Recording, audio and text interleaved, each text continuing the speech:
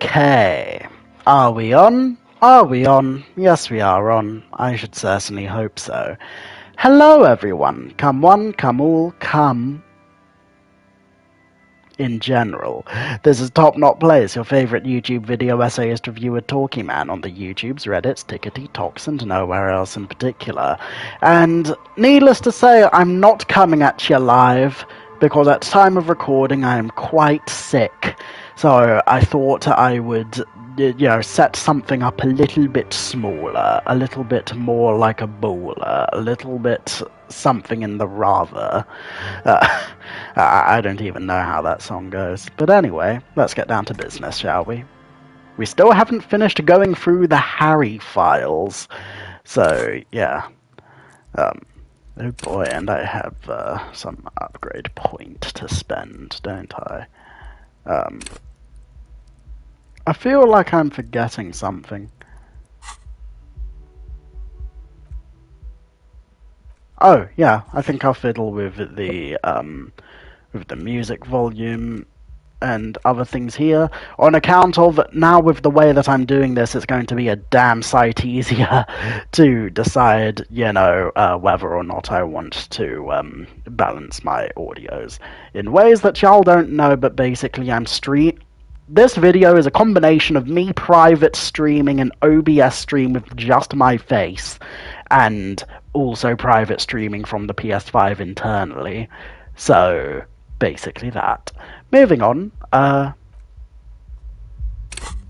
okay, let's get in spectacle, shall we? It's the ledger you found in the trash. A cabbage of papers hanging from the board, with the permeables drawer inside. It's barely held together by a clip.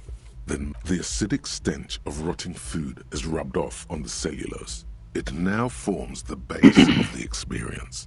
This base surrounded by a faint air of spoiled meat, the stuff of death itself, and then sprinkled liberally with the citrus zest of toilet cleaner.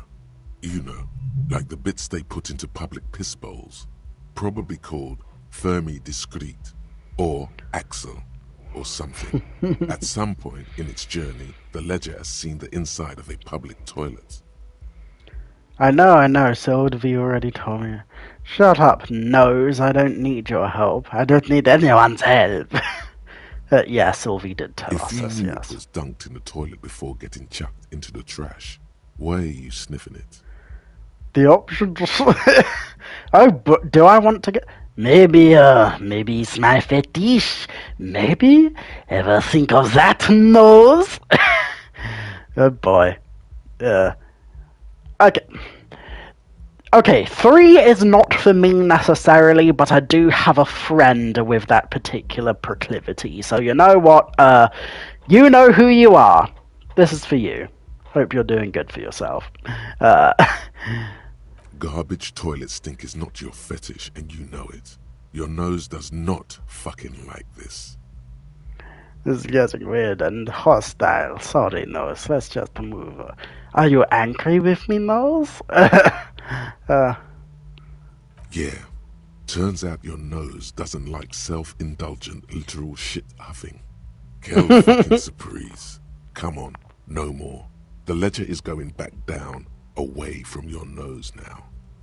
It's made of dark blue plastic, hard enough to beat someone to submission with. The edges are rounded, however. The U4 size board feels thick and heavy in your hand. Light shimmers on its wet surface. On the back you see the embossed letters, RCM. What did you say the color was? Dark blue. Something rattles inside, ever so lightly. Is there a hidden compartment? And something small inside? Light, made of paper or cardboard, permeables. It's not hidden per se.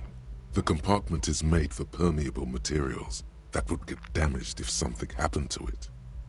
The plastic shimmers like lapis lazuli, but it is not see-through. You cannot see to its center. With your hands, U4-sized pages hang from the clip screwed to the top of the board. Why does Lonesome Long Way Home fuck me here? How? Why? Whatever, it's cool. Okay, well, I guess we'll start off with the positive. It's proving to be harder. I have no shame sometimes. Other times I should, but this time not really. Oh, hang on. And you know what? This also means that y'all get the benefit of having It's to, the like, letter you listen to found me in the slowly trash. read A one cabbage of time and papers then hanging not from the board. other.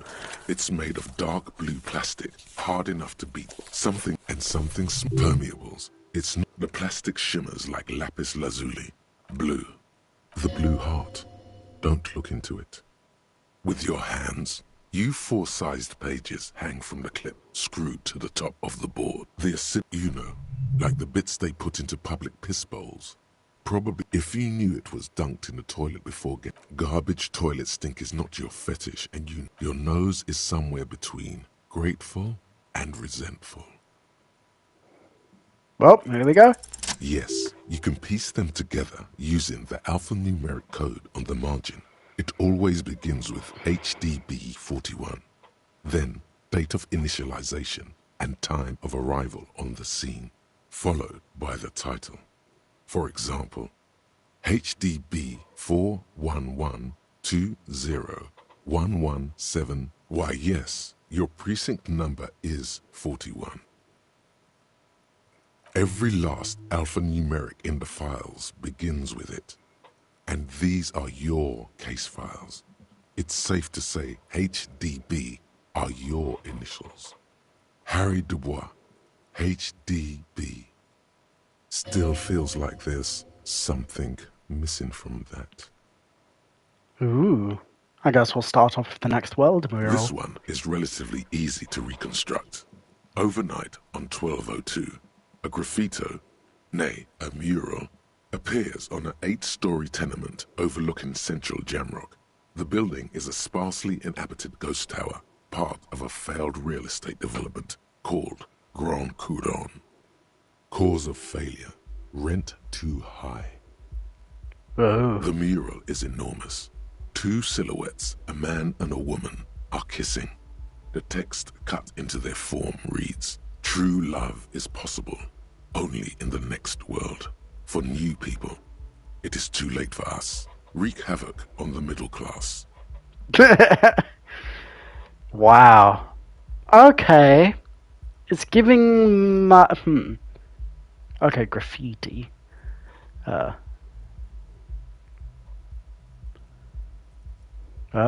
Okay.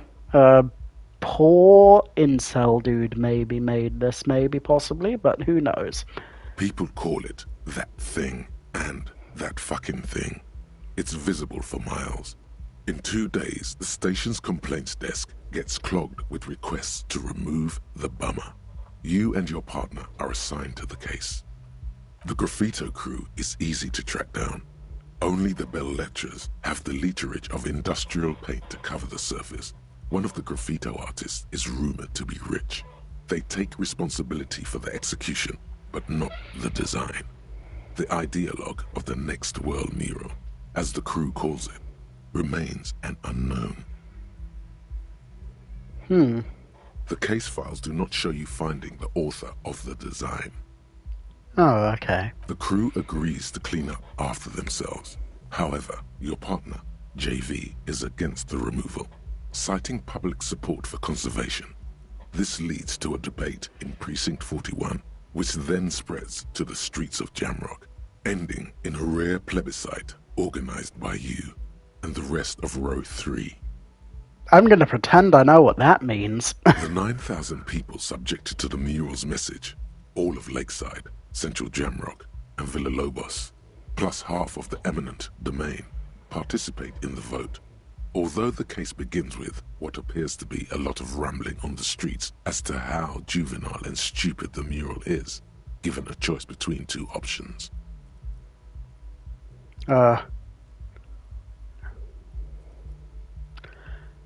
Yeah, I'm going to say remove the... Yeah, it is... I mean... Hang on.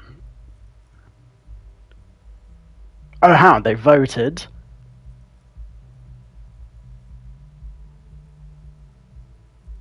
Right, hang on.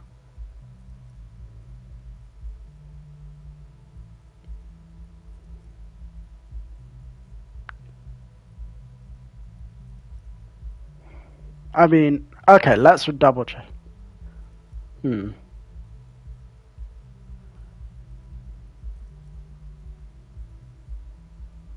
I guess I'll say remove. I mean, okay. If the I could be misreading something. If the majority of the people want the artwork, then I wouldn't take it down. But I guess if they want it down, then they want it down. And also, the second part I don't have a huge problem with. It's just the first part, which I personally think is a bit, not necessarily a great message. But whatever is cool. Uh,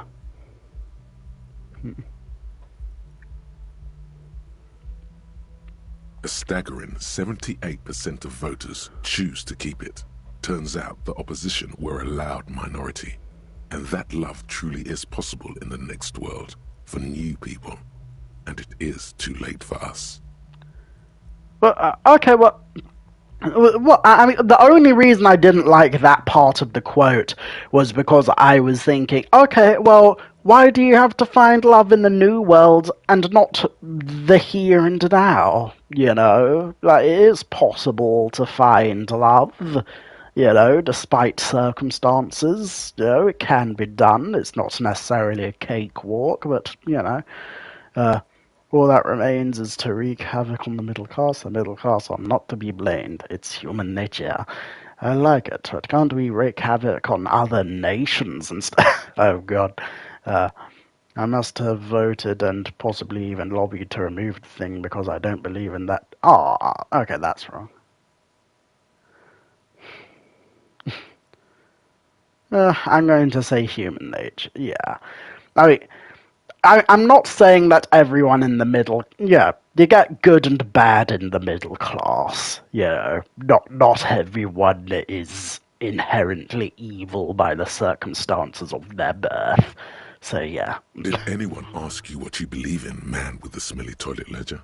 What do you want to tackle next? Or are we done? AKA Leslie and Burke. AKA the public indecency drunk and the property damage drunk is a cursed case. It has been passed from unsuspecting officer to unsuspecting officer for 10 years. On January 29, the unsolvable case made its way to you. Why you accepted it, it is unclear. Every officer, and indeed most civilians in Jamrock, know it's unsolvable. The unsolvable case, aka Leslie and Burke, aka the public indecency drunk and the property damage drunk, is a cursed case. It has been passed from unsuspecting officer to unsuspecting officer for the 10 years. On January 29th, the unsolvable case made its way to you. Why you accepted it is unclear. Every officer, and indeed most civilians in Jamrock, now know it's unsolvable. Leslie will always take his pants off when he's drunk. Burke will always trash everything. It's just what they do. It is their nature. You cannot change the nature of a man, and you can't lock them away, because public indecency and small-scale property damage are not punishable by incarceration. The only way for Leslie to stop flashing his genitals to bypassers and for Burke to stop dismantling signage and rear-view mirrors would be for them to stop drinking alcohol, which, in their 40s or 50s, it's hard to tell because of their distorted features, is a medical improbability on par with you ceasing to produce the expression. You would think that, but you're wrong. Where's the fun in exposing your genitals or breaking stuff in your own home? No, Leslie and Burke are on the corner of Main Street and Perdition, because that's where the action is. God damn. Can you keep yourself off the streets? Fair enough. Threatening fines, dragging them to the station, locking them up in the hellholes they live in, locking them up in the station, hypnotherapy, even trying to get the local gang of Zemiaki to take them out. The Zemyaki gave them ethanol, so Burke and Leslie would expose and rampage even harder. You tried it all, and still the complaints wouldn't stop, as they hadn't stopped for 10 years. Jesus. It's plain to see from the files that you, Satellite Officer JV, and Special Consultant TH had more important cases to attend to. You uncover cross-reference to several ongoing investigations, each brought to a standstill every time you drive down Main Street. Because there they are, on the corner of Perdition. And what is Leslie doing? Public indecency? Good, you're learning. If the files are to be trusted, that's all there is to it. That and Burke breaking things, and the fact that they're both drunk. But then again, so are you. The case becomes considerably less comic one day when Burke takes a swing at your ledger. He must have it confused with the property he likes to damage. But the joke's on him. You're drunk out of your mind on potent Pilsner. You slam the hardened plastic board in his face. Then you proceed to beat him unconscious with it. In the process, the ledger sustains damage. The compartment within, reserved for permeable documents, is jammed shut. You stop your assault on the now unconscious Burke to open it, but are unable to do so. The officer began to cry, reports Leslie, who, at this point, is tending to Burke. He came at us, and at us. I think he was trying to kill Burko. While trying to kill Burko, you slowly come around. The permeables compartment is open. You've smashed it open on poor Burko's kneecaps. The good news is, Burke can't walk anymore. Jesus Christ. Can't get out of his apartment, an invalid. With Burke to tend to, Leslie cuts back on the indecent exposure. Maybe he flashes his genitals to Burke. Who knows? But both drunks are off the street. The complaints stop. The unsolvable case is solved. Which is also why the officer responsible narrowly escapes a disciplinary hearing. The end. Do you want to read another one? It would be very interesting to read about these, wouldn't it? I mean, there seems to be a square-shaped entry wound in the victim's forehead. She's been sitting there for weeks, on her rocking chair, with a square hole in her skull, staring at the wall, her mouth agape. That's all you got. From the half hour you spent piecing it together, all you know is the entry wound was square-shaped. You never found the bullet. And then another body showed up, also with a square hole in his forehead. Who knows? Those pages are missing. What next? Don't worry. One day you may still catch the man with the square gun. You know, okay, time is getting Not on, much so let's... has changed in the meanwhile. A bunch of sodden papers.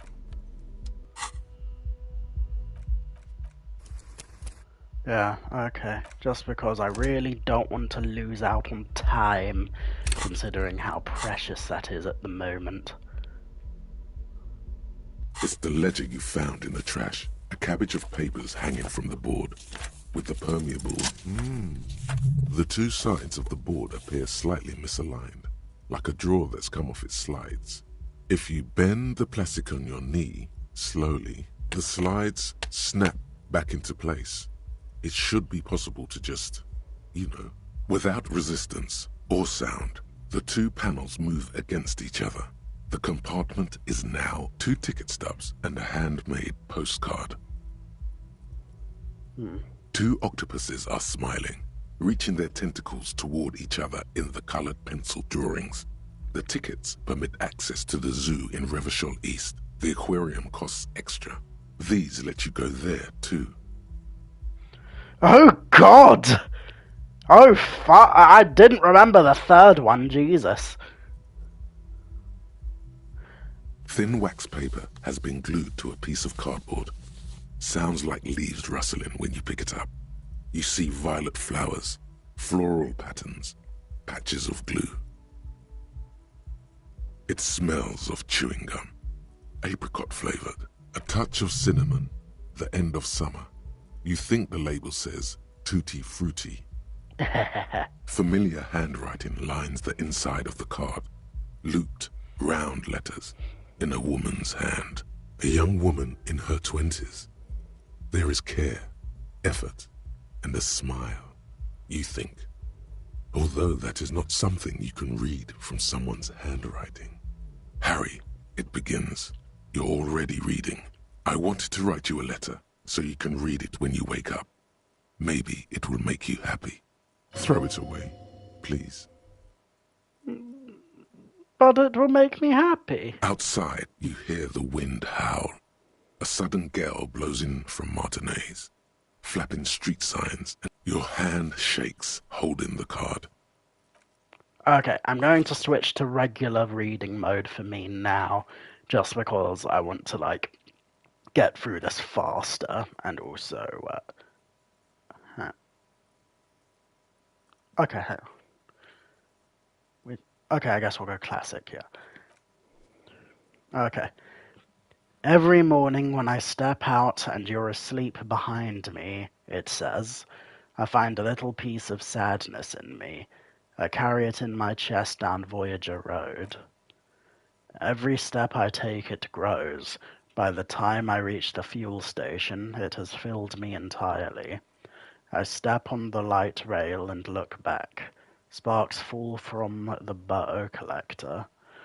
I know it will be like this until late afternoon, when I get off the 42 and walk back to you. Okay, that's sad, but also keep going.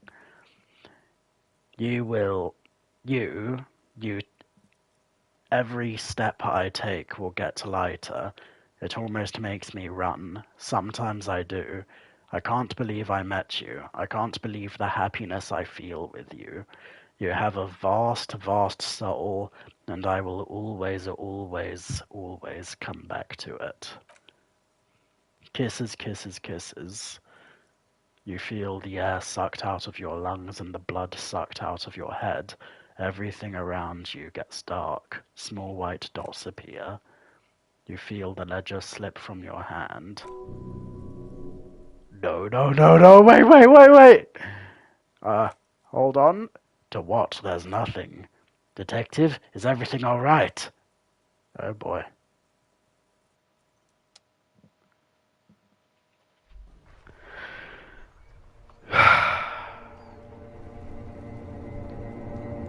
Roll credits.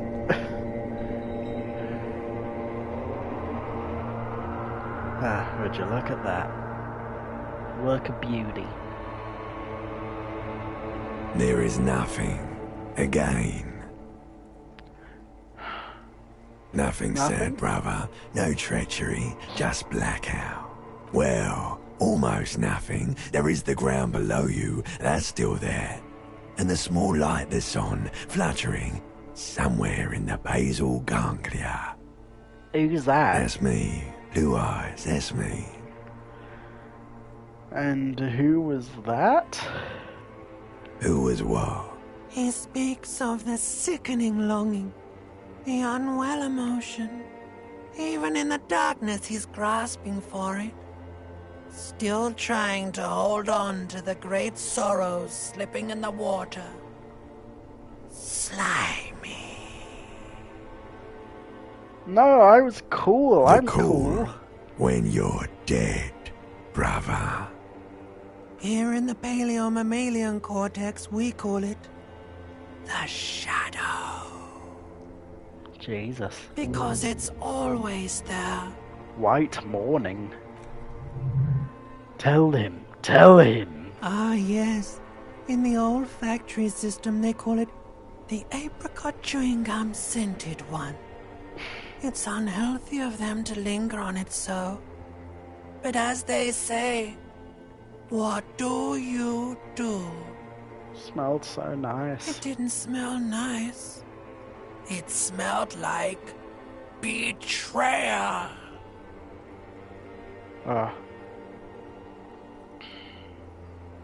Was that the Bloated corpse of the past resurfacing? No, it was beautiful. Beautiful. Believe me, stupid ape, its lack of beauty was not the problem. There is no Voyager Road. There are no roads, no houses, no lights in the windows. It's all on pause. Your name is fuck all. It certainly ain't Harry. I think it is. Your name is passed out on the ground, dragged around by one of the other evil apes. They're taking you somewhere. You think they would let you? Until you disintegrate into biomolecules? No. Someone is breathing on your face now, inspecting your pupils, stupid idiot. Yes, they're pouring something on you. It's in you. It's delicious. Glowing lights on a dashboard emerge out of nothingness. Where am I? In the upholstered cabin of Lieutenant Kitsuragi's motor carriage, seated in the driver's basket. The air is thick with leather works and heavy fuel oil. Cold water runs down your chin. Drink water. The lieutenant is extending a small canister to your mouth. Drink. The water is cold, silvery, the stuff of life itself.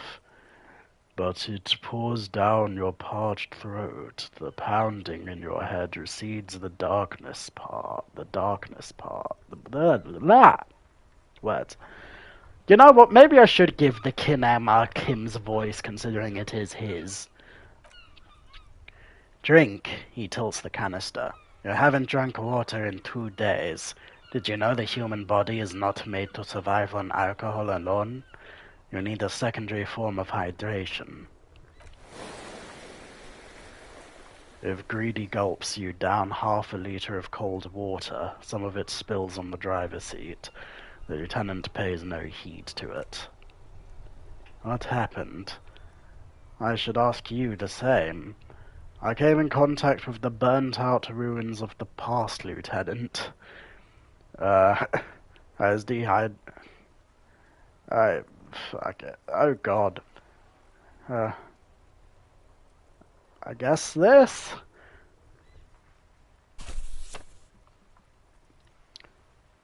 Ledger of failure and hatred. That does sometimes happen. He hands you the remains of your ledger. He replies with such understanding. It's as if the burnouts ruins of the past were an occupational hazard. Athlete's foot for cops. You dropped this. Are you okay to proceed? Let's solve this case. Good. The Ledger of Failure and Hatred is a special item and can now be both as an interactable and a tool equipped in your held slot for skill bonuses. Find it under the Tools tab and so and so. Oh, okay, that's interesting. Let's see what we can do with it.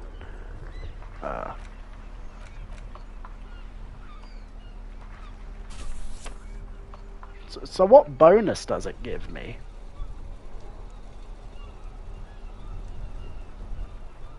Sure would be nice to know. Well, until then.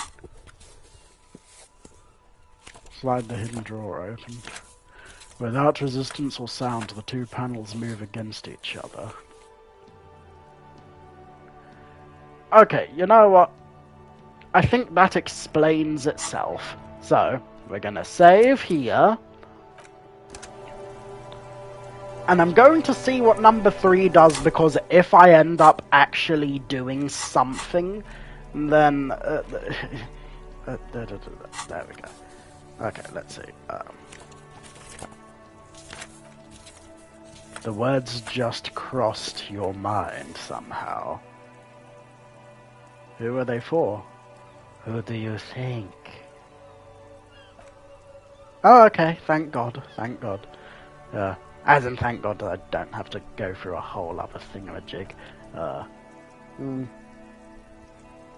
We can revisit those another time.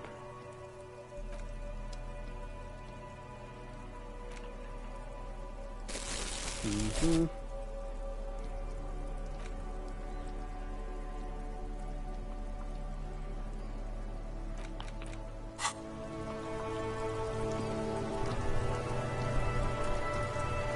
Oh, hold up. Oh yeah, I can choose to forget one of these.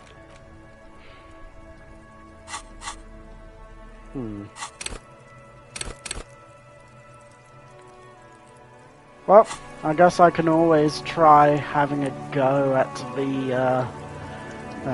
the corpse. Oh damn, that does not look kosher. Oh, come on. Oh, I'm trying to touch. There we go. Oh shit, compressed! Hell yeah! As you breathe in, the odor comes over you. It's a spell of the mind telling you to run and your stomach to wring itself empty. With your hands at your sides and your eyes squinting, you stand in it. Do they always do that? They do, even after 7 days, yes. We're deep in decomposition here. Here we go. Okay. As you breathe in, the odor comes over you. It's a spell of the mind telling you to run and your stomach to wring itself empty. With your hands at your sides and your eyes squinting, you stand in. Do they always do that? Do they? Oh yeah, after 7 days. 7 days. The man before you is naked, but for a pair of underpants and enameled boots. His skin is greenish, marbled, with decaying veins and blotched by lividity. A fading web of tattoos covers his chest and shoulders. The cargo belt used to fasten him, but to the branch above appears industrial in strength. Boots. The material appears to be ceramic. Its clean white stands in stark contrast to the decaying flesh above the knee. The man wore thick polymer socks, probably for padding. A fine array of interlocking plates covers them. They do seem pretty well built, yeah. Delicate and fragile, they feel alien to the world around you, out of place somehow. These are clearly not boots, they're armor, possibly part of a larger set.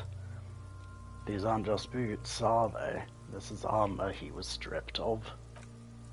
Indeed. With his notebook under his arm, the lieutenant crouches to inspect the soles.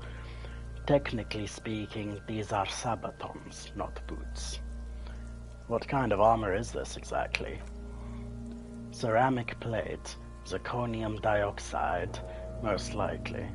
This is where the make would be. Where? Under the heel, fair weather. He turns the boot slightly. Fair weather model T500 VE. I'm guessing that's a vitreous enamel. This is advanced stuff. Where's the rest of it? Scavenged by the locals? The material looks out of place here. Knock on the boot? Let's knock on the boot. The small bell-like sound fills the air, like tapping on the side of a porcelain cup. Sounds fragile. It's anything but. This material is a kinetic redistributor. It spreads kinetic energy horizontally from plate to plate, dissipating it entirely. He points to the boots. See? Faint organic lines over the plates where they separate into smaller ones. These plates then divide into smaller plates until there are hundreds of them altogether. Like walls of floorboards, the design looks organic, influenced by highly resistant wood materials, like lignum vitae and ebony, perhaps. What does this remind me of? If trees were made of porcelain, This is what their cross-sections would look like. Run your finger over the lines. The smooth, glossy surface fractures into ever more intricate interconnections, peaking on the right sabaton, where you notice the walls are in the shape of a letter and number combination. E5 100 1000, E50 100 1000. Point to it. Looks like there's a serial number on the right sabaton. Good. Can you read it for me? He tips the drawing ball point of his pen on his tongue. E sounds like. We have a make and a number. That's something. We can use the radio in Makinima when we're done. Either station can chase it for us. Where's the rest of it? Scavenged by locals? He nods. Piece by piece. He's been out here for 7 days. It would be odd if they didn't. Where's the rest of the armor? We should keep a lookout for these pieces. The armor, he could yield information. He nods toward Kuno, who's eyeing you suspiciously. This is one thing he might actually know. Maybe he was just wearing these boots and there is no rest for the armor? What? Okay, understood. The sabatons dangle off of the man's decaying form, ageless and synthetic. Material looks out of place here. It is expensive. The lieutenant draws a line in the condensation on the ceramic with his index finger. We've requested similar material for our tactical units for years now. The constabularies deemed it too costly. In that time, we've lost 6 men through semi-automatics. How much are we talking about? For a full set, about 4 years' wages. For the northwest region of Redvershall, an officer's average yearly income is 5,500 real, unadjusted for rank. Ka-ching, baby!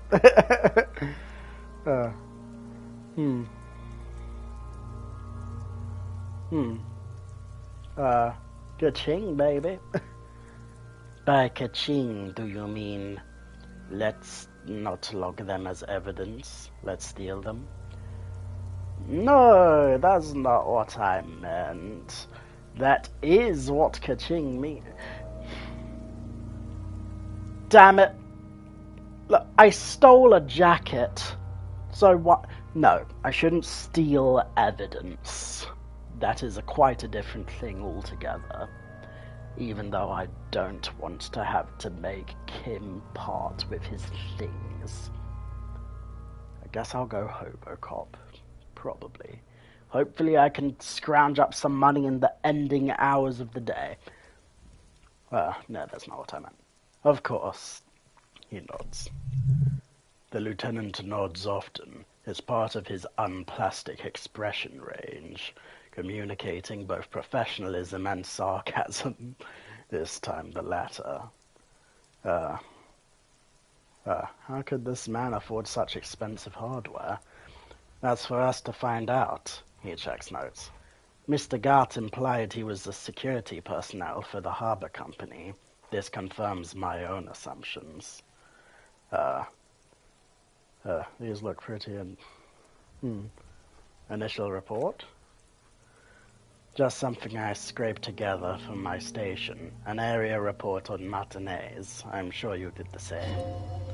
He's not actually sure of that. He's just being tactful. Yeah, looks pretty advanced for a security guard. I agree, this equipment is way beyond what a guard can afford.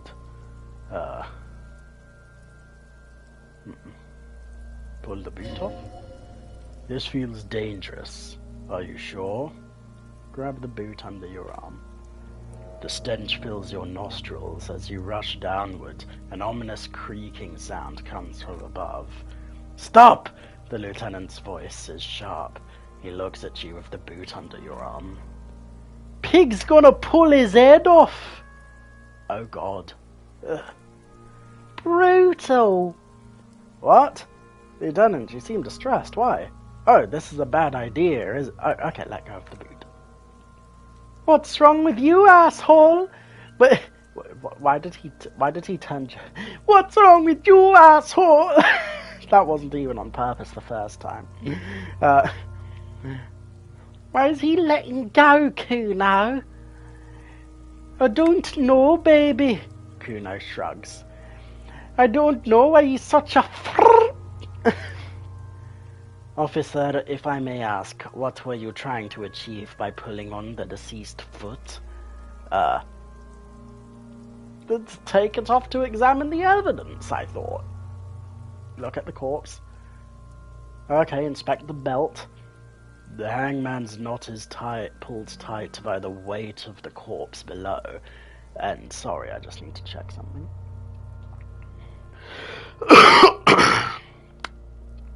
Okay, everything's fine. Pulled tight by the weight of the corpse below. Yellow, hard-edged polyester cuts into his neck. Above, a sliding buckle ties the belt to the branch. This is a steel-reinforced cargo lashing belt, big brother of the regular cargo belt. It's used for tying cargo under 6-rotor airships. Don't ask me how I know, but this is a lashing belt used for airlifting cargo.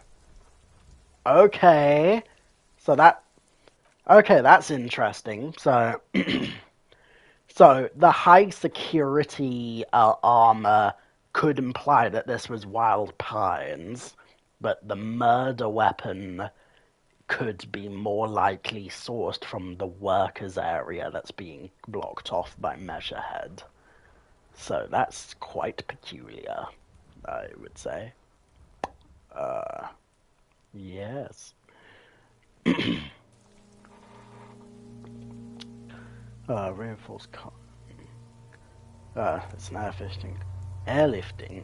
I thought it was used on lorries, for strapping cargo to them. Apparently this is the reinforced kind for air transport. My brain tells me so. Okay, what do I know? I didn't even know what an airship is. We'll go there. He nods. The local harbor uses 6 rotors to shuffle containers around. I get the sense they used whatever was on hand without paying much attention to not incriminating themselves. We're assuming dock workers from the harbor did it. They were sure wanted him to stay up there. The rope is reinforced with steel wiring. How did they even get him up there? I guess... I was afraid it would be. He rises to inspect the noose. Thin steel wiring, parallel stands. This makes getting him down more problematic than I had assumed. We're assuming the dock workers did it? I'm still approaching this as a lynching, yes, motivated by the ongoing strike. He politely raised an eyebrow. You? No, you feel like it was something else. But what? Makes sense, believably mundane. I feel like it was something else. Don't ask me, I mean, 3 is me, but I'm going to say makes sense, because, yeah, that seems likely. 70% of the cases I get are just filling in the blanks on the initial report. He covers his nose. This belt worries me. How did they even get him up there? Did they? A noose is one of those things that's easier to use one way around. He points to the buckle tying the belt to the branch above. Did they climb up using the kid's ladder? Point. That ladder can't carry a grown man. I didn't see any splintering either, did you? I think they lassoed the branch, then pulled on the belt to close the buckle. He makes a pulling motion. Could be the shape of the branch supports the theory. Look at the corpse. Tattoos. An intricate web of blue lines stretches across the torso from the right shoulder to the solar plexus. Each time they intersect, a small white star is formed in their crossing. Hundreds of fading asterisks riddle his skin. Their concentration is highest around his heart. His corpse is marked by stars. What will mine be marked by? Alcohol and heartbreak. Is this a national pattern? Of no nation that I know of. If anything, it reminds me of religious illumination, last or penultimate century. Men who live harsh lives often turn to enocentric worship. But which one? I see no trace of a humanoid figure. Oh yeah, that's another thing. Like, in my last playthrough up to this point, you know, before I went on a long hiatus and promptly forgot what I was doing, I believe we made the connection that the blue tattoos are similarly shaped to the phrenology tattoos of Measurehead. So if this guy is sent by Wild Pines, then that would be interesting from a storytelling perspective, because it's like, oh yeah, sure, the workers who are behind a strike and not all entirely good but not all entirely bad have a racist on their team, just like how the Wild Pines, who are a big corporation, also have a Measurehead on their team. So, perspective. So yeah, I guess we'll see. We're missing something here. I agree. A sudden ring fills the air as the lieutenant pulls down the zipper on his orange jacket. He wears a wide leather belt around his waist and a gun holster under his arm. He takes a thin piece of milled aluminium from his coat pocket and pulls it open. Sounds like a sword being unsheathed. A small lens appears, some sort of camera. What's that? A Trigat Sunshine Mini. Trigat is the world's leading manufacturer of intercommunication devices, primarily projectors. The camera before you looks familiar somehow. Shit, Kuno! What the fuck is that? An instant color camera. He produces two metal-capped ampoules and clicks them into place on the side of the apparatus. A thin slot shines there. I have only 2 ampoules, so nobody move. I don't want to waste one. He points the camera at the corpse, peering into it. The lens needs adjusting. Then... oh boy. A shrill flash, followed by the breaking of a small ampoule of glass. You see streams of color pour onto the thick, glossy piece of paper rolling out. In case we need it, the lieutenant says, and shakes the paper, letting it dry in the cold wind. On it a color-perfect copy of the dead man's tattooed chest. Cool machine. Yes, he slides the camera closed and tucks it away on his belt. It is pretty cool, isn't it? There's only 1 ampoule left. Use it wisely. What do we need the photo for? It contains insight to the victim's person. By his build, I'd say this was a man of physical violence. The story he wanted his body to tell was important to him. It is his letter to us. Someone should decipher it. We'll need to show it around. Can I have it? I should look at it later, without the corpse spell. Sure, just don't lose it. He hands you the piece of rolled up photo paper. It's no larger than a pack of cigarettes. Okay, look him in the eye. His eyes are milky white and blind to the world, protruding comically from their sockets. There is no one home, just subaquatic terrors there. Dark brown hair grows on his head. His face is ready to explode from the organic processes inside. The death's head grin has passed. What remains is an unrecognizable mess. Underneath the cold meat, there's an expression not carried on his features, but below, inside, an expression of pleasure.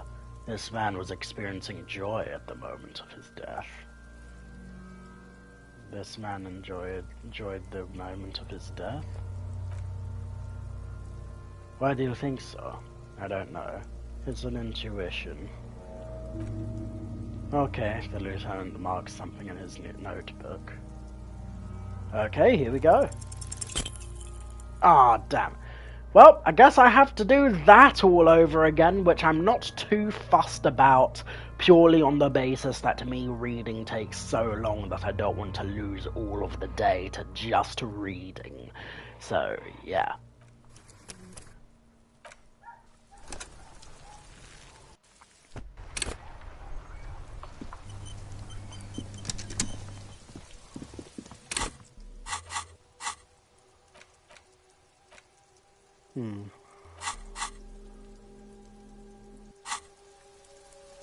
Well, away we go. Oh yeah, did I already look at this? Oh damn. Well, okay then.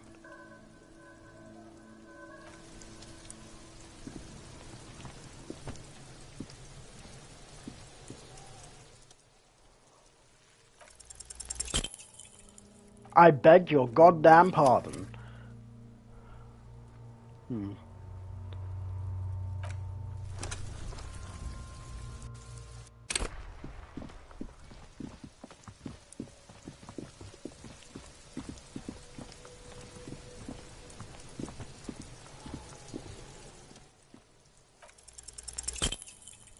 I'm sorry, what? It's an 83% chance of not fucking up!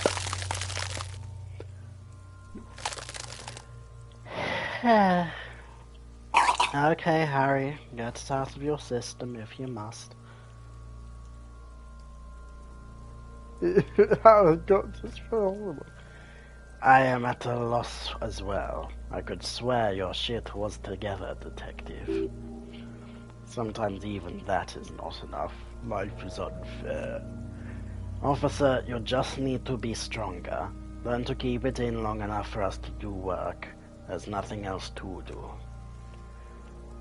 I do want check marks and all that, but yeah, well, first we have to... Damn it, I forgot to bring up the tissues here, but whatever it's called, I can always pause it later after I do what needs doing.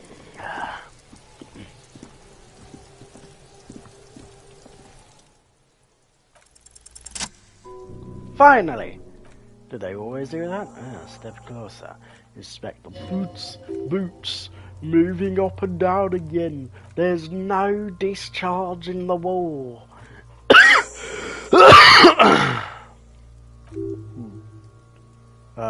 What if they told him to strip before they hung him to demean him? Oh shit, oh okay, I guess I missed that. That's a possibility. They usually hang them completely naked for that. La puta madre, the Mazda, the Besmertis, the like. This one still has underpants. Fucking talking about underpants? Clearly Kuno would like to interject something here, but there's not enough for him to hold on to. Looks out of place here. Oh, see. Wait, that's my yearly pay.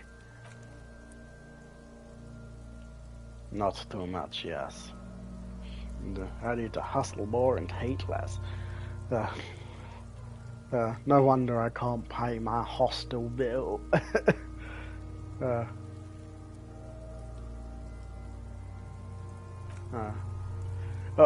I need a glass of water?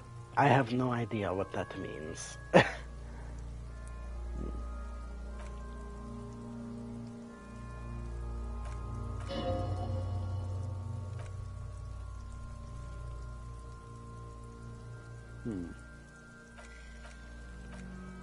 Uh-huh, uh-huh. Yeah. Uh-huh. And the belt.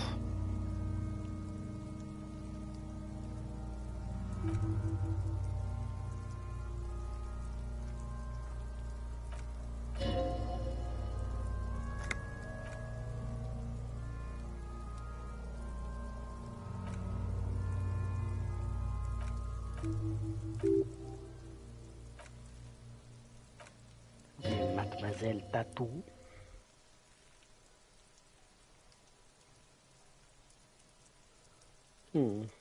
Is this a map of the night sky? A map of the stars? He turns around to breathe more, inspecting closer. I do see some similarity to astronomical charts. Great Century Messinian, maybe. But this seems more particular, customized somehow. As if someone left out most of the night sky, filtering it through personal choice. The principle of this filter remains unknown to you. The thought dissipates, and you feel as though you were only half right. I'm missing something here. So am I. He wears a wide leather belt around his waist. Yeah. Let's let him cook. Shit, Kano, what the fluff is that? A collar camera. Ooh, you don't say. And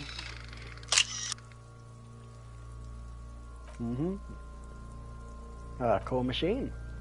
Yes, it is quite cool, isn't it? What do we need the photo for? Because of obvious reasons. Can I have it? Yes, please and thank you. Look him in the eye. Okay. His eyes are milky white and blind to the world, protruding comically from their sockets. There is no one home, just subaquatic terrors there. Dark brown hair grows on his head. His face is ready to explode from the organic processes inside. The death's head grin has passed. What remains is an unrecognizable mess. Okay. Does man enjoy the moment?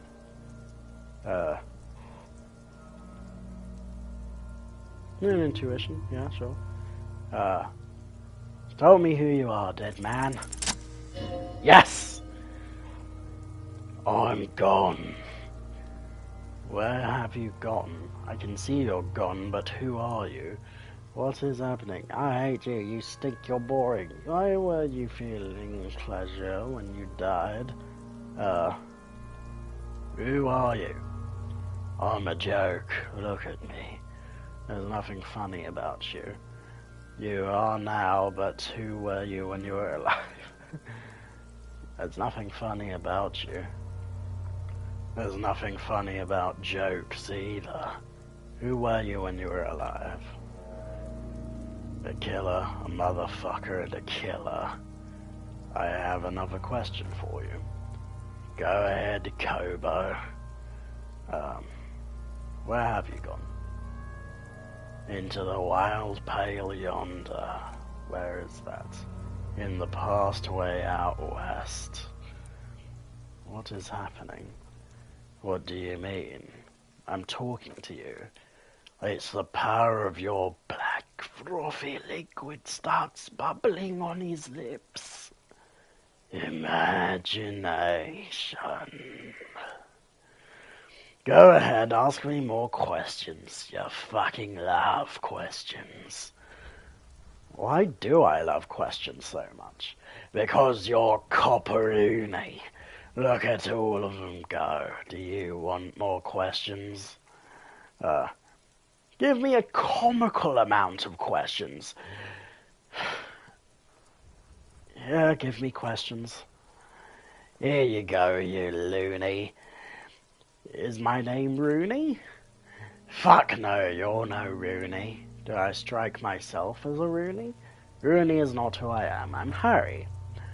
No, you're not a Harry either. You're a motherfucker. That's who you are, Rooney the motherfucker. Why do I feel like I've forgotten something terrible? Because you have. Why were you feeling pleasure when you died? Maybe I was getting my rocks off. First, do you have to speak like that? What dialect is that anyway? So you're feeling sexual arousal when they were hanging you?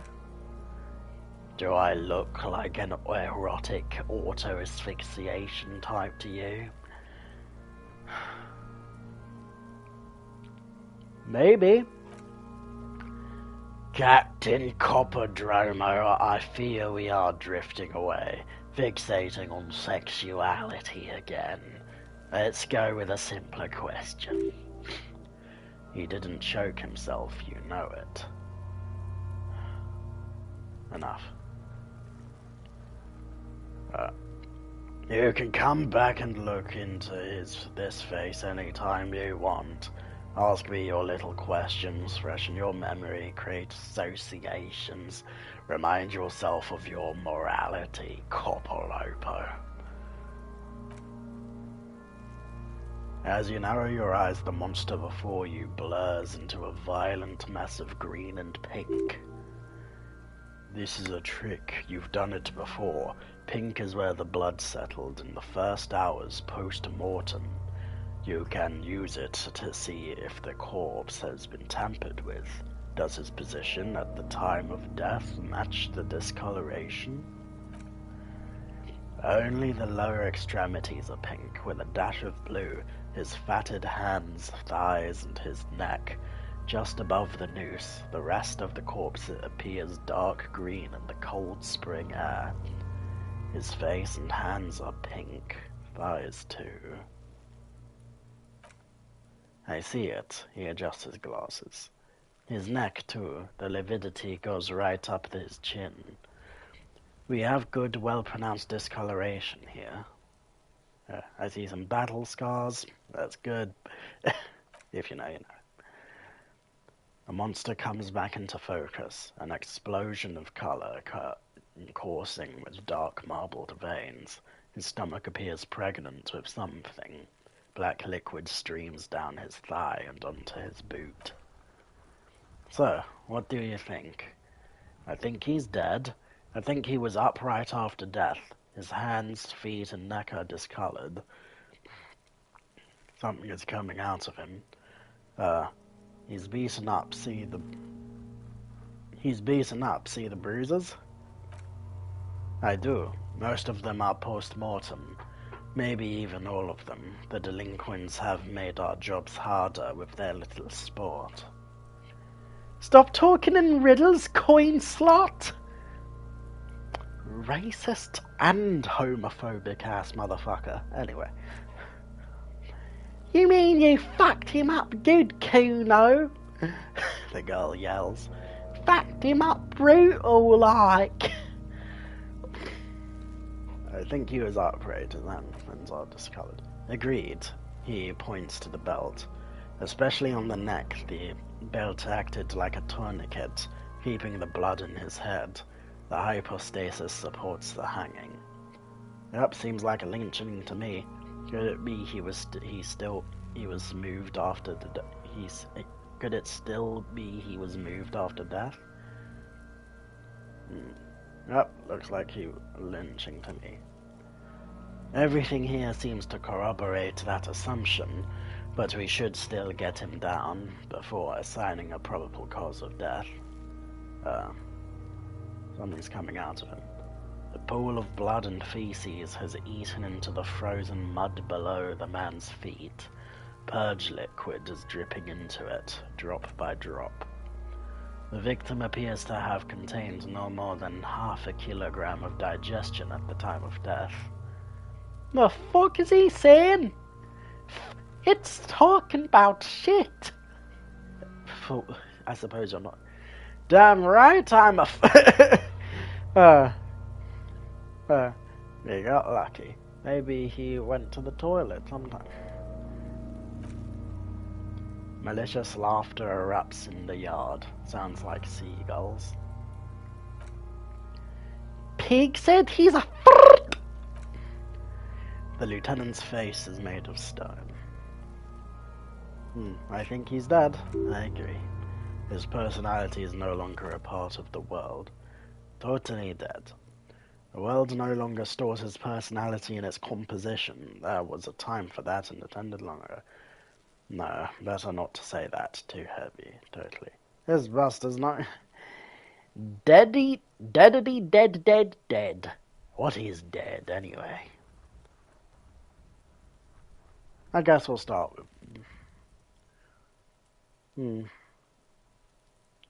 I was 107 days ago. Goodest of the good cops. He nods in agreement with his advanced piece of the conceptualization. Having mulled it over, the lieutenant says, "That sounds about right, yes."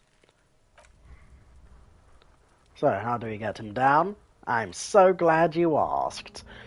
But I think... No, okay, we'll do it later. Are you sure?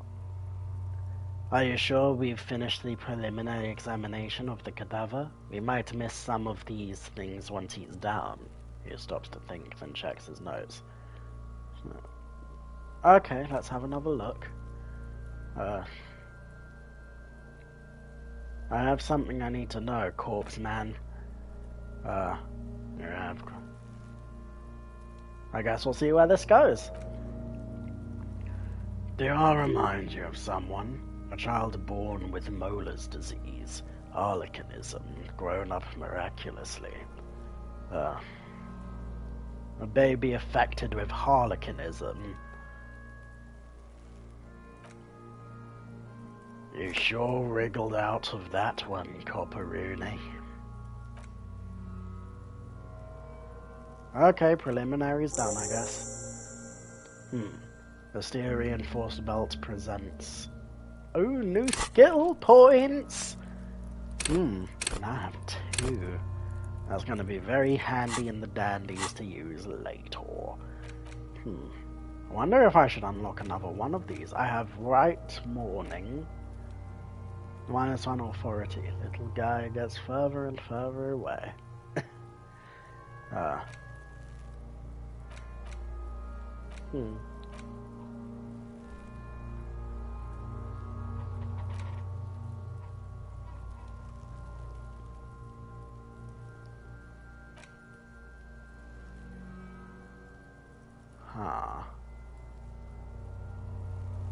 Well, I'm looking for... You know what? If all goes well, I'm making space for Aces High. But first I need to squeeze myself and blow my nose. So I'll be back in a second.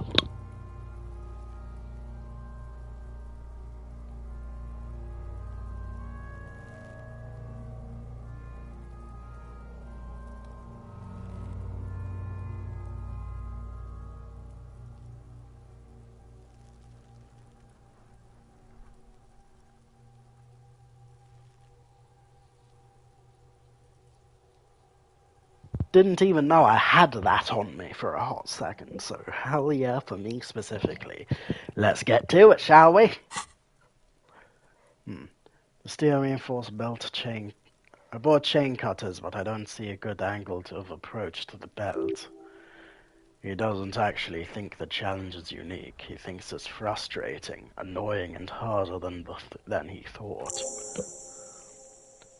The cadaver is a good 1.2 meters up. Neither of us can reach the belt without assistance, and even if we do, there's the question of cutting the airship's strength material. An acrobat maneuver would solve this situation. Nothing can go wrong with a good maneuver. Can't someone else do it? You could bring your motor carriage over, cut the belt from the roof. We could saw the branch. Seems like a lot of... Maybe we...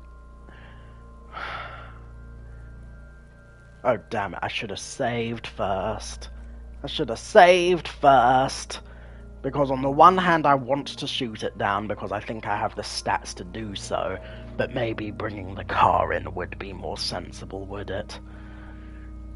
At the same time, I'm feeling dangerous. Yeah.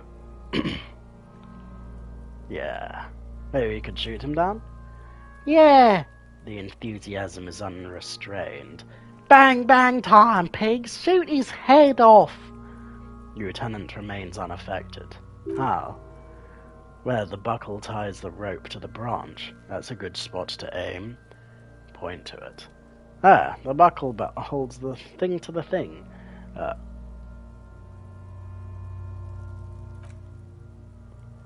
Where? He corrects his glasses. Ah, yes, I see. If the shot hits that, there might be a chance to release the belt. Yeah, now we're talking.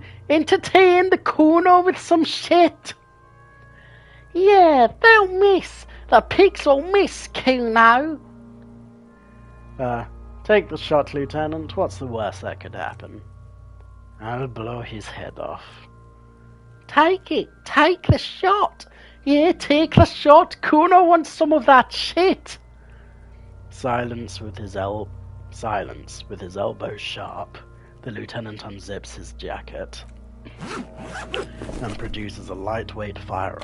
He drops a paper cartridge in the barrel, separates the scouring stick, and gives the cartridge 5 tucks, securing it in place.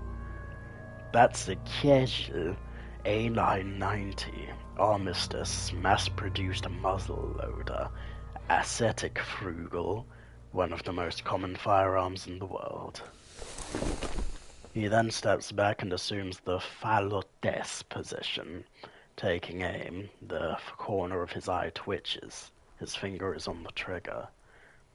Easy does it, partner. Shoot that. Okay, I think he'd prefer I say nothing, so. He's gonna fucking miss! The kid's voice is drowned in a shrill blast that echoes off the walls of the surrounding tenements. A cloud of smoke slowly parts in the air as the lieutenant steps back and says to himself, God damn it. A lot of things were wrong with that shot. The falotesse was the wrong choice. His shoulders were raised, but above all, he cannot trust his eyesight. He feels bad about it, about his eyes mostly, just having bad eyesight, probably from a young age. Whatever you do, do not console him. Fucking idiot! Molkupa, asshole! Kuno could have hit it easy, but then Kuno's not fucking Jesus. It's okay. God damn. Try again maybe? No, we're lucky as it is. We didn't break anything and the victim remains uncompromised. He looks around at the windows overlooking the yard. Any more mistakes could put us in an unfortunate position with the locals. We have eyes on us. I didn't do us any favors with that. What now? I have to say it's beginning to look unlikely we can get him down without assistance. You know you don't feel like too bad of a shot yourself, can't I? Yeah. Seems like you could...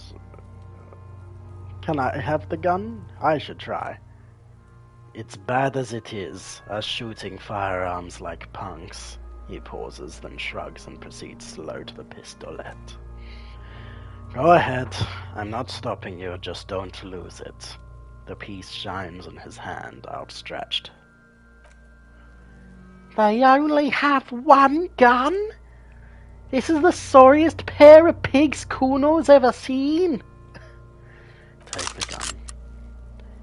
Yeah, take it to the fucking banana poika. I feel like a lot of this is Polish. I have to run this by my partner, just in case. You know, or just to use Google Translate if Gemini isn't too fucky that day. Feel the weight first. The cold piece of bakelite and gunmetal is surprisingly light. Your finger fits right through the guard, instinctively resting on the trigger. You've held this and any an armistice before. At some point it probably used to be your choice of firearm. It still feels comfortable, like you never laid it down. The fuck are you waiting for, Kuno? Tell him to shoot himself in the mouth! Point the gun at the belt. The buckle comes into focus in your sights. You stand with your feet planted firmly in the ground, and your left hand supporting your gun arm. Why don't you just shoot yourself in your mouth? She hisses. At least you won't miss. This isn't me a boundary pushing. There is a true suicidal rage in the kid, as she's provoking you. Close your left eye. Oh God. Okay, I don't want to. Hang on. Which? Hand-eye coordination. See.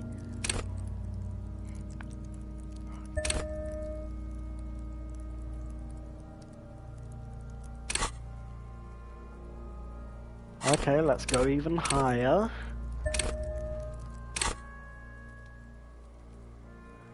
Okay. This better work!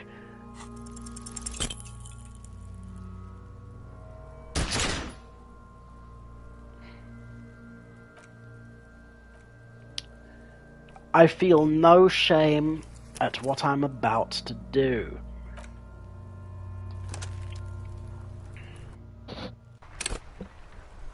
In fact, you know what? I'm cool.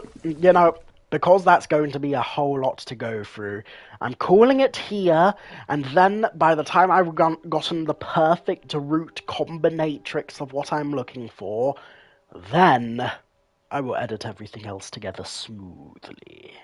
So yeah. Until next time, take care now. Bye bye then, and I will talk to you later.